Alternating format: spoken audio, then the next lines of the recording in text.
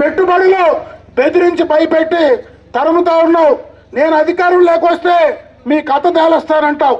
మాట్లాడితే ఎక్కడైనా ఎవరైనా మాట్లాడితే మళ్ళా వస్తే నీ కథ తేలుస్తానంటావు. నువ్వు వస్తే కదా మా కథ తేల్చడానికి నేను అడుగుతా ఉన్నా. నీలాంటి పిచ్చోడి చేతికి మళ్ళా ఎందుకు అధికారం వస్తుందని అనుకుంటావో, నీలాంటి పిచ్చోడికి అధికారం వస్తుందని నీ కార్యకర్తలకు నీ నాయకులకు ఏం ధైర్యం ఉందో తెలియదు. కానీ అతనికి ఒక రకం పిచ్చి పట్టింటే ఏడుండే నాయకులకు 2-3 రకాల పిచ్చులు పట్టిపోయి దేశాలకి వెళ్ళిపోయే పరిస్థితి కనపడతా ఉంది. అంటే అంత దౌర్భాగ్యంగా ఉండేటువంటి నాయకత్వం, రాష్ట్ర అభివృద్ధిని పట్టించుకోని నాయకత్వం, రాష్ట్రంలో చేసింది ఇది చెప్పుకోలేనటువంటి నాయకత్వం, ఈ రాష్ట్రానికి ప్రపంచంలోనే చెడ్డ పేరు తీసుకొచ్చినటువంటి నాయకత్వం, ఇంత దరిద్రమైనటువంటి నాయకత్వాన్ని ఇంకా బలపరిచే పరిస్థితి ఉంటే ఇటువంటి వాళ్లకు మనం కానీ ఎక్కడైనా తెలియకుండా చోటిస్తే ఆ పాపంలో మనం కూడా భాగస్వాములు అవుతాం. కాబట్టి అటువంటి వాళ్ళైనా మళ్ళా మావి గన్నో నీవి గన్నో వస్తే ఆ గన్నును తీసి కిందకు దోసి ఎక్కించి ఇంటికి పంపించమని చెప్పి మరొకసారి మీ అందరికి కూడా తెలియజేసుకుంటూ, ఈరోజు చాలా సంతోషం.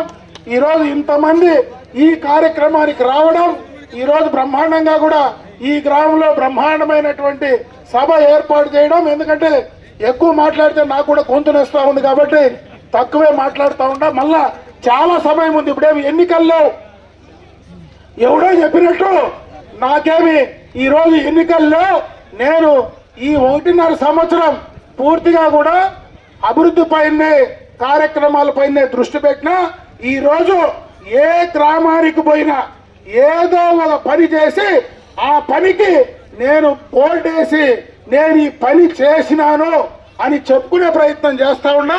నేను ఎవడో చేసింది ఎవడో చేసిపోయి మిగిలిపోయి వచ్చిన దానికి నాది అని చెప్పుకునే పరిస్థితి అయితే నాకు లేదు. అదైతేనే నాదని చెప్తా, నాది కాకపోతే నాదని చెప్పను. నాది కాదనేది కూడా నాదని చెప్తే ఆడ సత్తా లేనోడి అట్లా మాట్లాడతాడు. కానీ మూడింటికి అసలు సత్తా కానీ ఉంటే నాది నాదనే చెప్తాడు.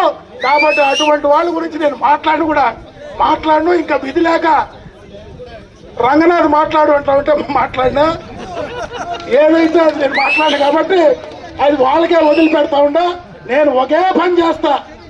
నాకు బుద్ధి తెలిసినప్పటి నుంచి నేను రాజకీయం చేస్తా ఉన్నా.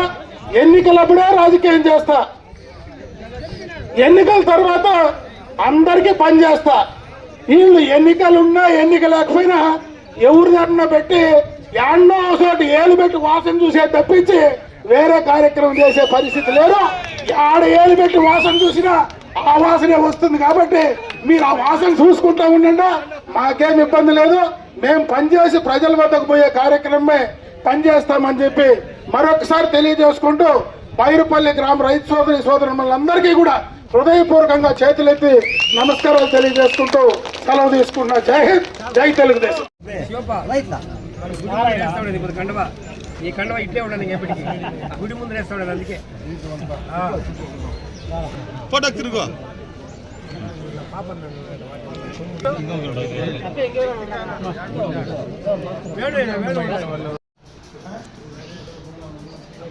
మార్కెట్ కమిటీ చైర్మన్ కి ముందర చేస్తూ వస్తాం.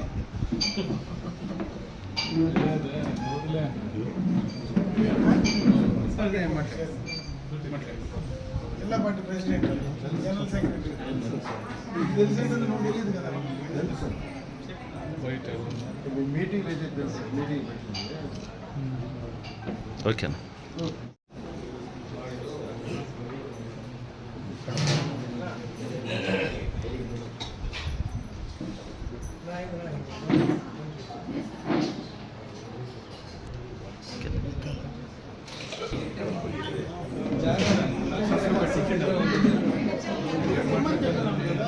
మీరు చెప్పినారు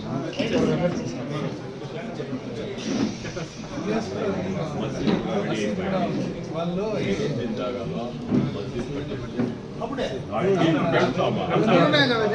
1000 మంది ప్లాన్ షీట్లు తిన్నా టెంపరీ వేసి టెంపరీ కట్టేసి పెద్ద మసీద్ కట్టేకి జాగా పెట్టినారు. దీంట్లో కూడా 1000 మెంబర్స్ ప్లాన్ చేస్తాం నీట్గా అది ఓపెనింగ్ మీ చేతులతోనే ఆ మసీద్ ఓపెన్ చేపిస్తాం. అది కొంచెం వరకు భిన్నే కాలేదు, లేట్ అయిపోయింది. అది అయిన తర్వాత కంపల్సరీ ఈ వీక్ లేకపోతే 10 days